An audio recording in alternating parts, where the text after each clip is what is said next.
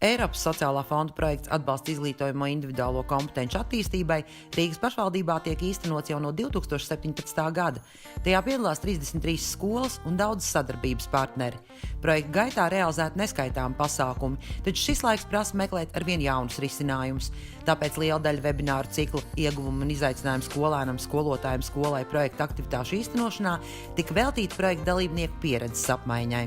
Īstenojot šos webinārus, bija ļoti svarīgi skolām arī apzināties savus veiksmes stāstus, labo praksi, ar ko varētu lepoties, jo 4 gadu laikā ir iegūta ļoti laba platforma, kuras rezultātā ir attīstīta gan sadarbība, gan kopīgi īstenoti dažādi projekti. Un webināros mēs redzējām ļoti daudzveidīgus, radošus, interesantus risinājumus. Un arī bija ļoti svarīgi, ka skolotāji iepazīst citu skolu pieredzi, tādējādi gūstot dažādas idejas un jaunus konceptus, ne tikai teorētiski, bet arī pašiem praktiski izmēģināt, jo tikai to, ko praktiski mēs esam izmēģinājuši, mēs varam ienest tieši savā praksē. Viss webināru cikls kopumā man patika, jo bija ļoti prasmīgi speciālisti savās jomās, un interesanti stāstīja par dažādiem aspektiem, kas saistīti ar pedagoģiju, un ļoti labi palīdzēja paskatīties to no dažādām pusēm. Projekta dalībnieku un to sadarbības partneru bērnu un jauniešu centru prezentācijās bija iespēja smelties ļoti daudzas tiešām inovatīvas idejas, kas piemērotas ne tikai klātienes aktivitātēm.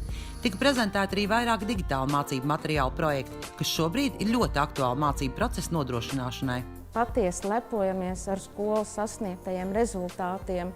To mēs redzējām arī dalībnieku atsauksmēs, jo šādi webināri, it īpaši šajos apstākļos, sniedz nenovērtējumu atbalstu skolotāju darbam. Un arī skolotāji atzina, ka šāda praktiskā darbošanās parāda, ka šiem semināriem ir šī pievienotā vērtība, ka šīs zināšanas ir ļoti viegli integrējams mācību procesā, ka skolēns kļūst lietpratīgs dažādu digitālo platformu lietotājs un ka šīs digitālās platformas nav tikai izklaide, bet sniedz arī zināšanas, kas šobrīd ir ļoti aktuāls, it īpaši attālinātā mācību procesā.